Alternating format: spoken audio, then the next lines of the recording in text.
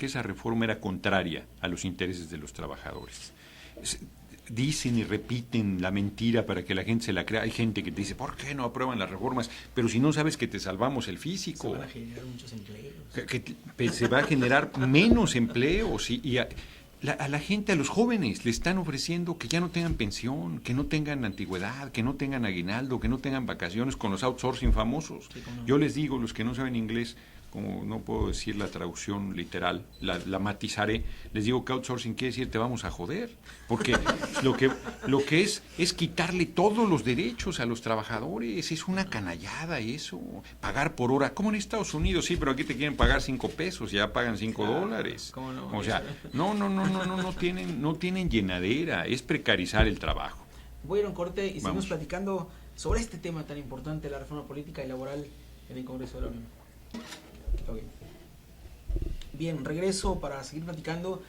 Verdaderamente impresionado por la manera en la que estamos llevando un tema que es hasta de mesa familiar, un tema que se escucha en cafés, en el trabajo, en el parque, y es un tema de los ciudadanos, la reforma política, la reforma laboral, que nos la han querido vender como las grandes propuestas que transformarán a nuestro país y harán que se generen millones de empleos. Sí, no, y en realidad precarizar el trabajo, que no quiere decir otra cosa que hacer todavía más malas las condiciones de trabajo para la gente, sin seguridad social.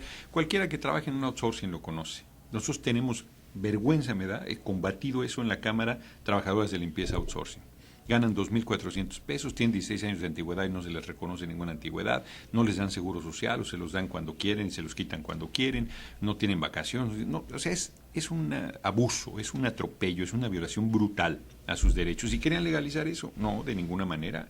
Afortunadamente se dividió el PRI y entonces se les dificultó aprobar la reforma laboral. La reforma política, ahora hablaré de ella, no quiero dejar de comentar la de Ley de Seguridad Nacional, porque también esa la empujó el PRI, para mi sorpresa, no el PAN, el PRI la empujó, ¿no? Y la logramos parar, que era gravísima también, era la militarización del país, era suspender derechos y garantías constitucionales cuando quisieran, donde quisieran, el tiempo que quisieran. Y hay quien dice que eso ya existe. No, señor. Desde la Segunda Guerra Mundial no se suspenden derechos en México.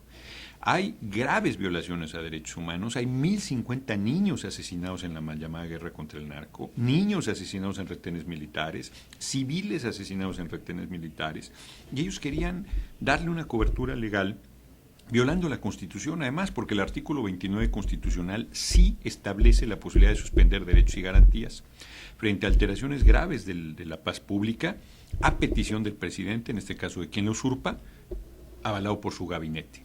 Y se la debe pedir al Congreso. Y el Congreso sesiona, el Congreso quiere decir diputados y senadores juntos para escuchar por qué se pide la suspensión de derechos y garantías y concederla o rechazarla, y por un tiempo preciso. Y ellos querían, con una declaración de existencia de afectación de la seguridad interior del país, suspender derechos donde quisieran, el tiempo que quisieran, inclusive usar a las Fuerzas Armadas frente a conflictos laborales, administrativos, políticos, sociales, electorales. ¿Sobre pretexto de? Sobre pretexto de la seguridad interior del país. Gravísimo era, no, hombre, logramos pararla. La verdad es que si de una cosa me siento contento, satisfecho, es de que hayamos logrado eso. Porque ese fue un trabajo de la fracción del PT muy bien, la del PRD muy bien, la izquierda somos muy sensibles a ese tipo de cosas, todos cerramos filas en contra, y hubo muchas voces del PRI, muchas voces del PAN, diputados, diputadas de ambos partidos que ayudaron a parar una iniciativa tan grave como era la de seguridad nacional. Y luego la reforma política, esa nos llega... ¿Podemos hacer un paréntesis? Sí, cómo no, porque es un tema fuerte. Es un tema fuerte, sí, cómo no. Durante este sexenio, bueno, es lo más fresco que tengo, seguramente nosotros también hubo, de repente nos encontramos con indígenas que fueron encarcelados de manera injusta, violados sus derechos. Me viene a la mente las 3 indígenas que supuestamente secuestraron a unos judiciales. Sí, de la Policía Federal. Y se fabrican expedientes, se fabrican investigaciones y van a parar inocentes a la cárcel. Así para es. Que el Ministerio Público no quede mal. De repente la película esta de Presunto culpable viene a sacudir las conciencias de la ciudadanía. Y bueno, a final de cuentas, este esfuerzo para parar esa ley que venía a hacer, ahora sí que el militarizar el país, pues no queda más de otra que reconocer, de verdad, que bueno. Eso fue muy importante porque como bien comentas, cualquiera que hayamos tratado con la mal llamada justicia en nuestro país, sabemos que a los pobres, a las minorías, a los indígenas les va muy mal, les inventan cosas, les tuercen. Bueno, ya se ha olvidado, pero Ernestina Asensio en Veracruz fue violada y asesinada por militares y dijeron que había muerto de una gastroenteritis. O sea, no tienen cuate. Los niños Almanza en Tamaulipas, un niño de 5 años, si mal no recuerdo, en los brazos de la madre fue asesinado, ¿no? En un retén militar. Y no han reconocido esa responsabilidad. Dijeron que un fuego cruzado, ¿de quién? ¿No? Los militares siguen impunes, eso es fuero y no vaciladas, tanto que fastidian con el fuero de los legisladores y eso, o el de los curas que protegen pederastas y no les pasa nada. Entonces, la verdad es que era un asunto muy grave, era un asunto delicadísimo, podía suspender elecciones si quisiera Calderón, imagínate, darle ese poder era una barbaridad. Yo no sé por qué el PRI estaba en esa lógica, la cúpula, reitero, afortunadamente se logró parar. Y vuelvo a poner el ejemplo de los retenes militares. Tú pones un retén y los ciudadanos son tratados como delincuentes y los delincuentes gobiernan este país.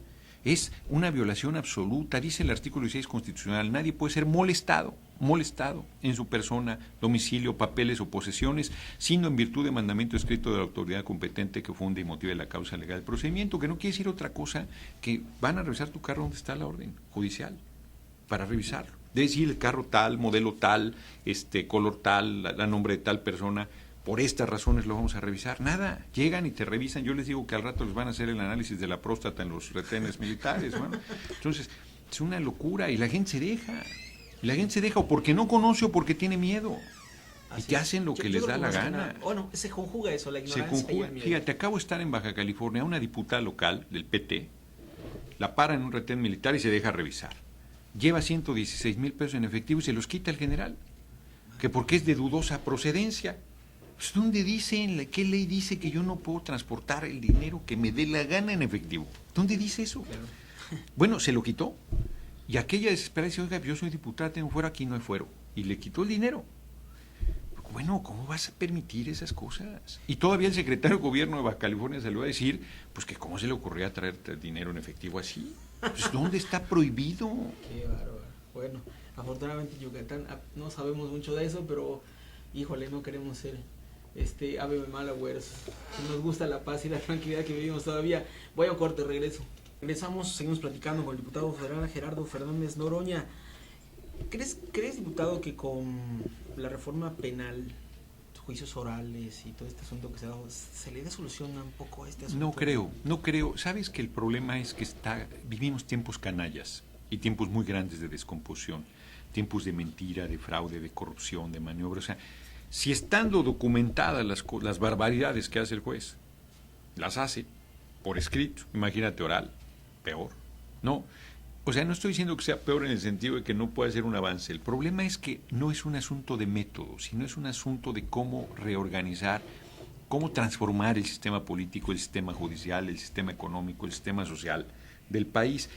Si hay quienes impunes son los jueces, pueden decidir lo que quieran y no les pasa nada, no los mueve nadie, no tienen que darle cuentas a nadie, es terrible. Y el nivel de corrupción y de impunidad que se vive ahí vivimos el mundo al revés, hombre. La Suprema Corte de Justicia es la Suprema Corte de Injusticia.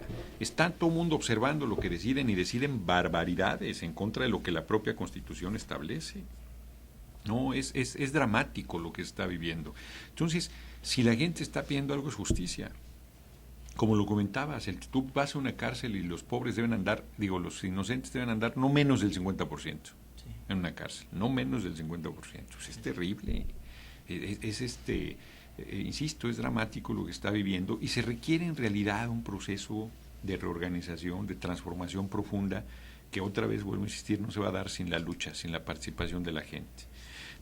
Que tú puedas, por ejemplo, correr desde el presidente de la República, revocarle el mandato hasta el más modesto de los funcionarios. Si tú puedes hacer eso, pueblo, entonces empiezan a enderezar las cosas. Se acaba la impunidad, se acaba la corrupción, o por lo menos sabes que si haces este tipo de conductas te estás jugando el cargo. Claro. Hoy no, hoy cada quien puede hacer